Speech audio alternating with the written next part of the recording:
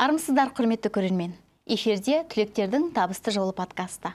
Бұл жобада біз еліміздің дамуына үлес қосып жүрген, еліміздің түкпір-түкпірінде еңбек етіп жүрген Мұхтар Әуезов атындағы Оңтүстік Қазақстан университетінің үздік түлектермен сырласамыз. Олардың өмірлік жолы, тәжірибесі, жетістіктері жастарға үлгі, болашаққа бағдар. 80 жылдан астам тарихы бар Мұхтар Әуезов университетін осы уақыт аралығында 240 мыңнан астам түлек бітірген. Олар республикамыздың әр жерінде ел экономикасының дамуына үлес қосып жүр. Олардың қатарында білікті де білімді экономистер, инженерлер, құрылысшылар, химия, мұнай-газ саласының мамандары, педагогтер, ұлт руханиятының көшбасшысындағы ақын жазушылар, мәдениет майталмандары, қазақтың атын танытқан спортшылар және тағы басқа сала мамандары бар. Біздің сұхбатқа келген қонақтар оқу ордамызда өткен естеліктермен бөліседі. Бүгінгі сұхбатымыздың қонағы, оқу ордамыздың түлегі, механика және машина жасау кафедрасының доценті, техника ғылымдарының кандидаты. Саналы ғұмыры осы оқу ордасында өткен, осы оқу ордасымен тығыз байланысты Болатжан Ермаханұлы Серікбаев келіп отыр. Болатжан Ермаханұлы, қош келдіңіз. Көңіл күйіңіз қалай? Саламатсыздар ма? Жақсы, мынау бағдарламаға шақырып түлегіміз деп мені сыйлап атқаныңызға үлкен рахмет.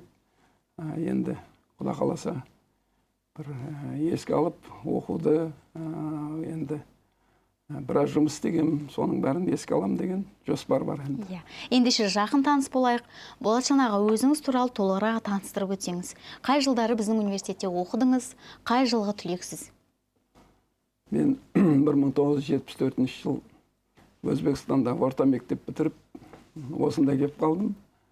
Бірінші Ташкентке барам дедім, соң енді Шымкентте ағайындар бар еді, осы жерге әкеліп, мамам осы жерде оқи бер деп, ағайындарының қолында боласын дегесін осы. Ол кезде Қазақ химия технология институты, соған келдім. 74 жыл құжат тапсырып,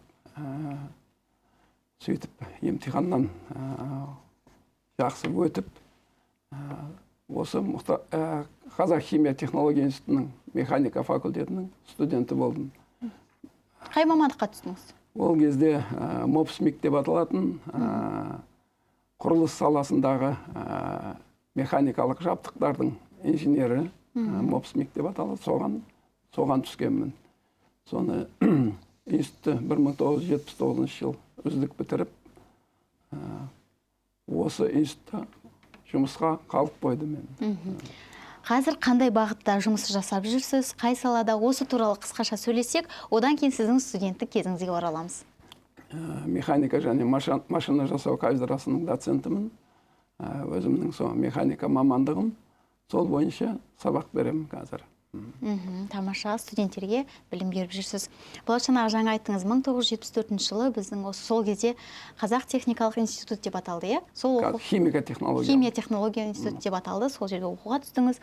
Ал енді студенттік өмір қалай болды? Айтып өтсеңіз, қызықты кезеңдермен бөліссеңіз. Енді біріншіден бір айтып өтетін, Өзбекстанда тұрғанмен бір жағдайлармен орыс мектепте оқыппын. Енді мен оқыған жерде Қазақ мектеп болмады. Аудан орталығы тек қана өзбек, орыс. Енді орыс мектепте оқығанда дұрыс болды деймін. Сөйтіп, соның арқасында 74 жыл мынау Қазақ химия технология институтына түскенмін. Ол кезде сабақтардың бәрі орысша жүргізеді. Сол мектептегі орысша оқығаным кішкене маған жақсы көмек болды деп айта аламын. Соның арқасында үздік оқуға мүмкіндік болды. Жақсы оқыдым. Кезінде жаңағы Ленинский стипендиат дейді, сондай дәрежеге жеттім. Енді бұл жерде мен айтып өтуім керек, үлкен көмек комсомолдан болды. Осыдан 50 жыл бұрын, әлі есімде 75 жыл комсомол комитетінің ол кезде хатшысы Зауытбек Тұрысбеков деген ағамыз сол шақырып алып, комсомол комитетінде істейсін деп, соның арқасында жақсы оқып, неге қоғамдық жұмысқа қатысып, студенттермен, мұғалімдермен тіл табысуға мүмкіндік болды. Енді студенттік жылдарды айтатын болсақ, енді алғашқы бірінші курсқа келгенде ең қызық жері ол Мақтаға бардық.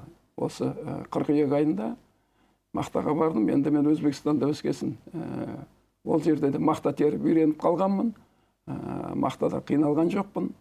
Енді жалпы анда-санда студенттерге айтамын, мақтаға бармадыңдар, өмірдің көп қызықтарын көрмедіңдер деп. Енді мақта кезінде кімнің кім екенін білесің, бірге тұрасың, жолдастарыңмен. Сол 5 жыл оқыдық, 5 жылдың ішінде менен 4 рет барыппын, бірақ бір рет 3-ші курс кезінде, 3-ші курста оқып жүрген кезде мені күзде Монголияға жіберді. Туристік путевкамен комсомол комитеті 5 адам барып келдік.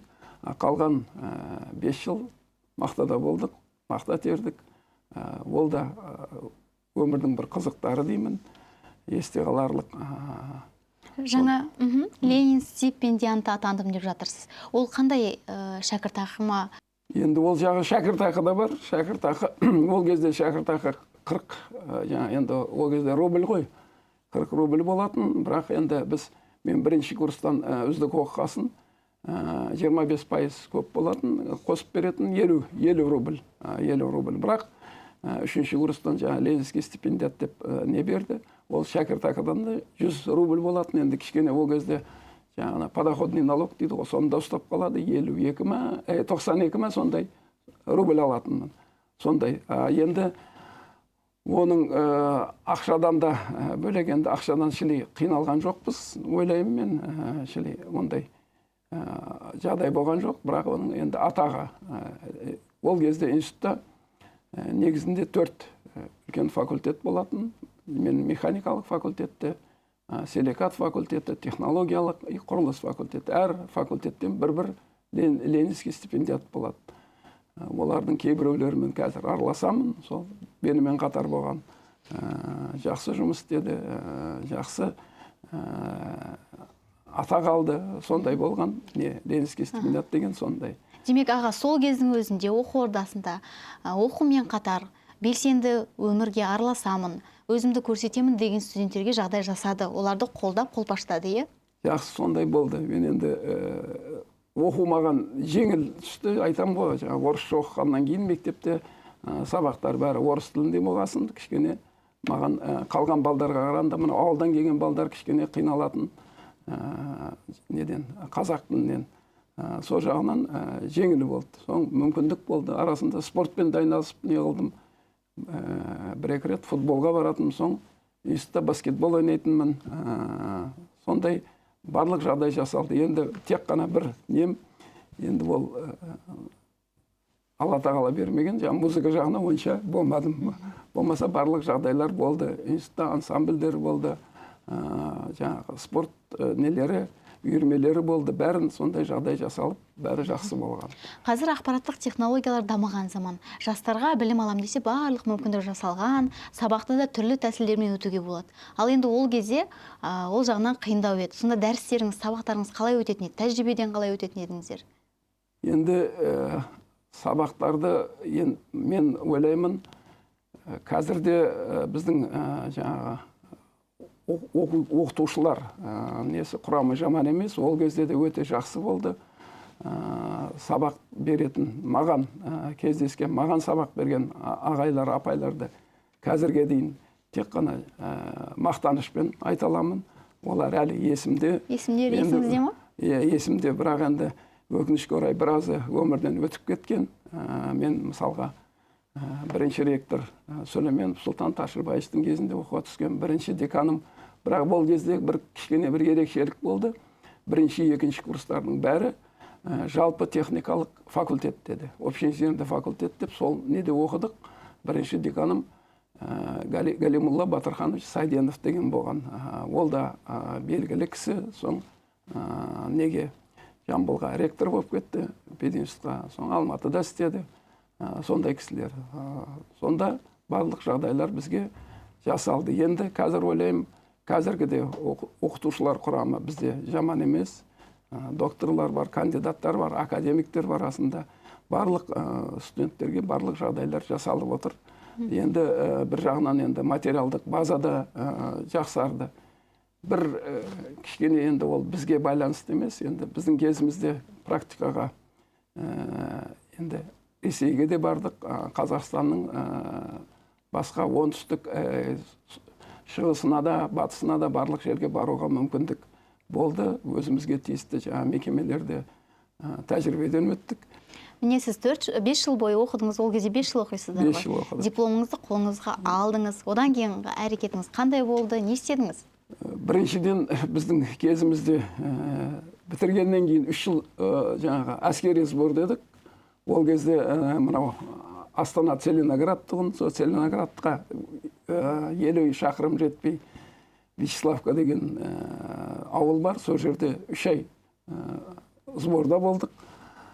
Содан кейін мені институтқа шақырып, ол кезде комсомол совет одағы дүркіреп тұр. Комсомол комитеті құрылыс факультетінде қатшылық бір орын не қылды да, соны тағайындады уже. Алдын ала айтылып қойған. Сол институтқа қалдырып, комсомол комитетінің қатшысы болдым. 2 жыл сол жерде істедім. Содан кейін мені әскерге шақырып кетті. 2 жыл мынау Жамбыл, ол кезде Жамбыл қаласы Тараз, сол Таразда военно-строительный отряд деген болатын. Сонда замполит дейді. Командирдің саяси жағынан орынбасары болып 2 жыл армияда болдым. Сөйтіп 83 қайтып келдім. Бір ыңғайсыз уақытқа түсіп қалыппын. Қабылдау экзамендері болып жатыр. Институтқа кіру, кейбір мәселелерді шешу өте қиын, бірақ бір сондай жағдай болып қалды. Студенттердің профкомының орны босаған екен. Сол жерге шақыртты. Конференция өтіп, қыркүйек айында 83 жыл мені студенттер кәсіподағының төрағасы қылып сайлап, 3 жыл сол жерде істедім. Ол жерде немен айналысыңыз? Белсенді студенттермен жұмыс істедіңіз бе әлде? Белсенді студенттермен де істедік. Енді студенттердің жағдайын жасадық. Ол кезде мынау бізде профилактория деген болатын. Қазіргі мынау колледж орналасқан. Студенттерге сол жерге енді емделуге, өзін денсаулығына қарауға барлық мүмкіндіктер жасалды. Тамақ берілетін жеңілдікпен, қателеспесем, путевка 5 рубль дегендей тұрады. 4 рет тамақ береді. 3 рет тамағы, сон кешке жаңа несі бар, айран бірдеңе беретін бар. Сондайлар болатын. Лагерь бізге қарайтын. Енді сол кездегі ректорды атап өту керек. Шаяхмет Молдабеков мынау кәсіподаққа көзқарасы дұрыс болды деп есептеймін. Мынау үйірмелер болды. Халық театры деген театрымыз атағын дәлелдеді. Содан кейін 2 театр болатын, орысша, қазақша. 2 ансамбль деген болатын, қазақша, орысша. Содан кейін үрмелер оркестрі болды, бұл технологический институтта. Сонымен қатар би ансамблі болды. Содан кейін хор ұйымдастырылды. Хорды белгілі Гевич деген бір ұстаз мәдениет институтынан келіп басқарды. Сондай барлық жағдайлар жасалды. Сіздердің факультеттеріңіздегі студенттер техник мамандары емес, тіпті мәдениеттен де алыс емес болып, барлығын бірдей қатар алып жүрген екен. Қандай тамаша. Осы жаңа айтып жатырсыз ғой, мақта тердік деп қайтадан студент кезіңізге оралсақ, өйткені біздің көрермендеріміз студенттер, жастар болғансын, мақта тердік деп жатырсыз. Одан басқа тағы да қандай қызықты оқиғалар есіңізде қалды? Студенттік шақ деген адам өміріндегі ең керемет кезеңдердің бірі емес пе? Студенттік шақта енді сәл өкінішке орай бір жағдай болды. 78 жыл, мамыр айы, қателеспесем. Енді жігітпіз ғой, мынау пединстқа қыздарға барамыз, болашақ апайларыңмен танысып. Бір күні содан барып, кешке қайтып келе жатырмын. Сағат 11-де шығып, мына жерде троллейбус деген бар, шықсам, институт өртеніп жатыр. Шамамен мамыр айы.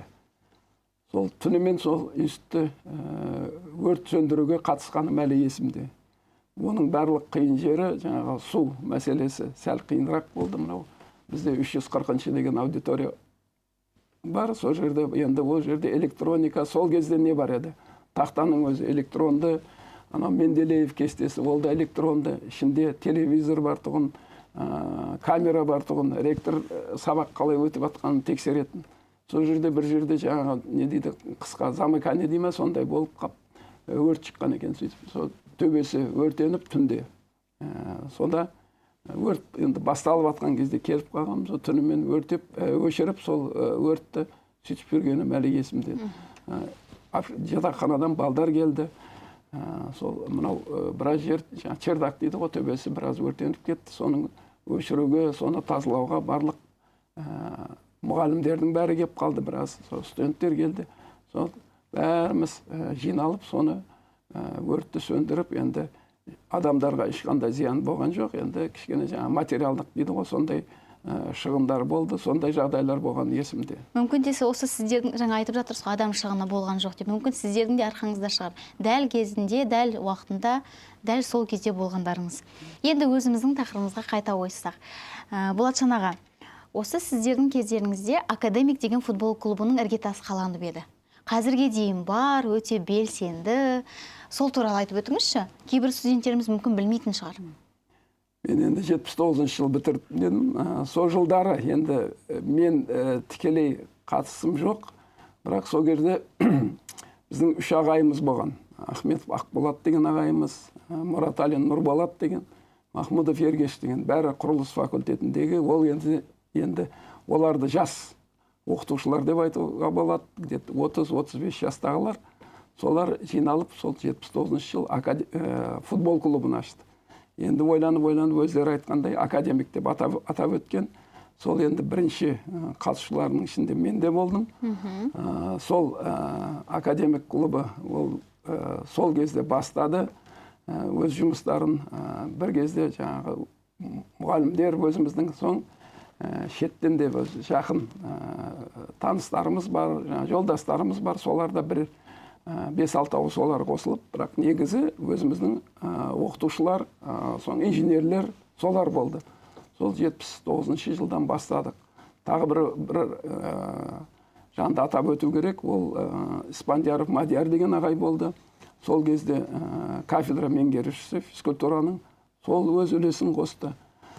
Содан кейін ол кезде енді көбісі ғылым кандидаттары болған. Енді содан кейін уже докторлық бәрін қорғағанның ішінде атап өтетін бар. Алтынбеков Феликс Ембергенович деген ағамыз болды. Ғылым докторы, кафедра меңгерушісі болған. Содан кейін тағы айтып өтетін Бравко Игорь Степанович деген, ол да қазір ғылым докторы. Солар болды. Соң ол кезде, енді кейбір кезде бізде қателесіп, спорт кешенімізді буревестник дейді. Неге айтатын, неге екенін білмейді. Оны айтып өтейін. Сол кезде студенттердің қоғамы болған. Қоғамның аты буревестник еді. Сол буревестник біздің қазіргі спорт кешенде орналасқан. Сол жерде төрағасы болған Досқараев Бауыржан деген ағамыз. Сол кісі келіп, ол да қатысатын. Қазір Бауыржан ағамыз осы біздің институттың профессоры. Біраз жыл Алматыда, Астанада жұмыс істеп, ол да ғылым докторы, педагогика ғылымдарының докторы. Сол кісі қазір келіп қатысып жүр міне. Сондай адамдар болды. Енді онысы да ғылым докторлары, кандидаттар бәрі не қылып қатысып, сондай атын шығарды. Енді ол академик клубы кезінде бізде орталық болғанда Мәскеудің газеттері, футбол, хоккей деген газет бар, советский спорт деген, сол туралы, біздер туралы мақала шықты.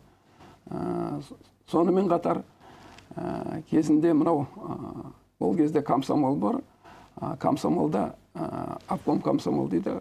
Сонда Сәрсенов Нұрдәулет деген ағамыз болған. Сонымен жақсы араласатынбыз. Соның арқасында Алматыға барып, қайрат ардагерлерімен, енді бәрі білетін шығар. Темір Сегізбаев деген ағамызды, Сейілда Байшақов деген, Құрман Бердиев деген, солармен кездесу өткізіп, Алматыда футболдан сөйтіп келгеніміз бар. Қазіргі кезде академик әлі тірі деп айтайық. Ол академик онда қазір қалада біраз жарыстар жүргізіліп жатыр. 40 жастан асқандар, 50 жастан, 60-тан асқан, солардың бәрінде академик қатысып жүр. Білім ғылыммен қатар спортқа да жақын болыпсыз. Осы футболға деген қызығушылығыңыз қалай пайда болды? Әліге дейін белсендісіз, білуімізше. Сол туралы айтып өтіңізші? Ол енді мектептен шығар. Мектепте бір кезінде бір 4-5 сыныпта бір футбол туралы кино көріп, соған қызығып кетіп, енді Құдайдың бергені айтам ғой, мен де кейбір кезде өлең айтқым келеді, бірақ ол жақтан ештеңе жоқ. Тек қана жұмыстан, негізгі жұмыстан басқа сол футбол кішкене қолымнан келетін. Содан кейін сол қалып қойды, қалыптасқан сонымен келе жатырмын. Құдайға шүкір деймін, енді денсаулық бар, мүмкіндік бар. Енді кезінде 60 жастым, 65-ке толғанымда сол өзіміздің турнир өткізіп атап өттім. Құдай қаласа 70-ті де сөйтем деген жоспар бар. Құдай қаласа аман есен сол уақытқа, сол жасқа жете беріңіз. Мен сұхбаттарыңыздың бірін оқыған кезімде, сіз Кремльде фотоға түскен екенсіз сол жақта. Ол қай кезең еді? Студенттік кезіңіз бе, әлде жұмыс істеп жүрген кезіңіз бе? Ол деген ол кезде екінің бірі бара бермейді ғой. Сол туралы айтып өтсеңіз. Енді Совет одағы кезінде жаңағы социалистік жарыс дейміз, социализация деген болатын. Ол енді негізінде мынау жұмысшылар арасында, енді студенттерде де болатын, әлі есімде 75 жыл жеңістің 30 жылдығы деді. Ол жерде соған байланысты әлі есімде Шавкат деген жігіт бар еді, сол студент ол барып келді. 76 жыл сол социалистік неде жарыста мені жеңімпаз деп есептеп институттан мені жіберді. Сол неден Шымкенттен барлық оқу орындарынан бір жеңімпаз деп 23 адам ба, қателеспесем бардық. Енді ол кезде институттар бар, колледждер бар. Солардан барып Мәскеуде гербовый зал дейді, герб залы, сонда суретке түстік. Суретте қасымызда соғыс ардагерлері, еңбек ардагерлері, солармен бірге суретке түсу бізге енді сондай неғылы мүмкіндік болды. Керемет. Ал енді сіздің сол кезде бірге оқыған, бір группада оқыған группаластарыңыз осы елге танымал, абыройлы қызметте жүрген адамдар деп естідім. Соның ішінде есіңізде қалған атап өтетін адамдар бар ма? Әрине бар. Енді мысалға біздің облыстың әкімі бұрынғы Болат Жылқышиев деген азаматты бәрі білетін шығар осы адамдар. Бірге оқыдық сонымен бір топта.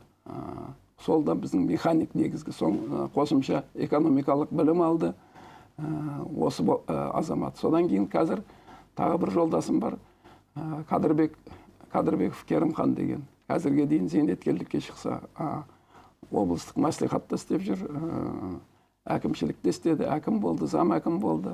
Сол жігіттер бар. Енді өзі тобыма келетін болсақ, қазір бір ғылым докторы бар, қазір бірге істейміз, Печорский Владимир Николаевич, бір кафедрадамыз, сол бар. Жалпы бізде бір ғалым докторы, Печорский, екі ғалым кандидаты, мен бармын, Сүлейменов Еркінбек деген ағайларың бар, осы жерде зертханада істеп жүр, ол да сондай. Әкімдер бар дедім. Осындай тобымыз сондай жақсы көрсеткіштері бар деп айтуға болады. Тамаша. Ал енді құрметті көрермендер, көріп тұрсыздар, біздің сол кездің өзінде оқу ордасын бітірген түлектер өте жақсы қызметте, оның бәрі әрине өздерінің білімі, еңбегінің арқасында. Демек, дәл бүгінгі студент, яғни сіздер де осы оқу ордасын үздік бітіріп, керемет жұмыстарға орналасып, жақсы азамат бола аласыздар деген сөз. Болатжан аға, енді жаңа группаластарыңызды айттық, енді қазір сіз дәріс беріп жүрсіз. Өзіңіздің мақтан тұтатын, мақтанарлық шәкірттеріңіз туралы айтып өтіңізші, аз емес шығар. Енді оларға тоқтайтын болсақ, ең өзім енді атап өтетін Али Көмекбаев деген студентіміз бар. Енді ол тікелей мен оған сабақ бермедім. Мен правкомда істеген кезде театр дедік. Театрда әжептәуір жақсы роль атқарды. Осы жерде не дейді, департамент госслужбы, мемлекеттік қызметтің басқарды. Қазір сол Астанада осы мемлекеттік қызметкерлерге сабақ береді. Ол да зейнеткерлікке шыққан. Сонымен қасында Нұрғали Білісбеков деген жігіт театрда не қылды. Ол да біздің түлегіміз, ол генерал-майор, ол да жақында зейнеткерлікке шықты. Мынау не дейді, қауіпсіздік комитетінің бастығының орынбасары болып істеді. Осы соларды атап өтейін. Жақында жаңағы Али Көмекбаев дедім бұл. Бір не жіберді, маған материал жіберді. Чечняда бір жағдай болған екен, бір жігіт машина жүріп кеткен, төмен қарай. Алдында ауыл бар екен. Сөйтсе ол да машинада келе жатырған жаңа КамАЗымен ананың алдын бөгет жасап, тоқтатып, машинасы быт шытқанын, енді Құдай сақтап өзі аман сау. Ол жігіт біздің, ол да біздің түлек. Мисірханов деген жігіт. Сол жаңа Алимен қатар бірге оқыған. Міне осындай түлектермен мен не алам, мақтаныш тұтамыз. Сонымен қатар біраз түлектер, мен оқытқан жігіттер, қыздар осы өзімізде де істеп жүр. Қазір мынау соңғы жылы кафедра меңгерушісі болған Ешанов Әбілда бар. Мынау тоқыма өндірісінде о жерде тағы Ақжарқын қызымыз бар, Тұрғынбаева Мысри деген қызым бар. Ол докторантурада жүр, екі қыздар. Соларды оқытқам, әлі есімде. Тәжірибеге Түркістанға, заводқа апарғаным сондай. Солармен оларды мақтаныш тұтам. Мен ойлаймын, осы болашақта біздің түлектер тек қана жақсы жағынан көрінеді. Енді үлгі алатын талай ағалары, апайлары бар. Соларды үлгі тұтып, жақсы маман болады деп ойлаймын. Біз де оған сенеміз. Аға, осыншама уақыт аралығында жеткен жетістіктеріңіз, бағындырған белестеріңіз көп. Бәріміз оны білеміз. Білмегендер осы сұхбатты көріп, танып, біліп алады деген ойдамыз. Енді осы жолда, дәл осы біздің оқу орнымыздың алатын орны ерекше деп айта аласыз ба? Иә, айта аламын. Енді түлектерді естіп атсыздар. Мынау енді өздеріңіз студенттерді, қалған адамдарда көреді. Екінші қабатта түлектер бар енді. Қандай аты шыққан белгілі, Қазақстанды тек қана жақсы жағынан көрсетіп жүрген осылардан үлгі алуға толық мүмкіндік бар. Енді қарап көрсек, қазір соңғы кезде біздің мынау материалдық базамызда, мұғалімдер құрамында барлық мүмкіндік беріп отыр. Жақсы маман болуға, жақсы мамандықты жақсылап игеріп алуға, осы институттың атын, Қазақстанның атын тек қана жақсы жақтан көрсетуге барлық мүмкіндік бар деп ойлаймын мен.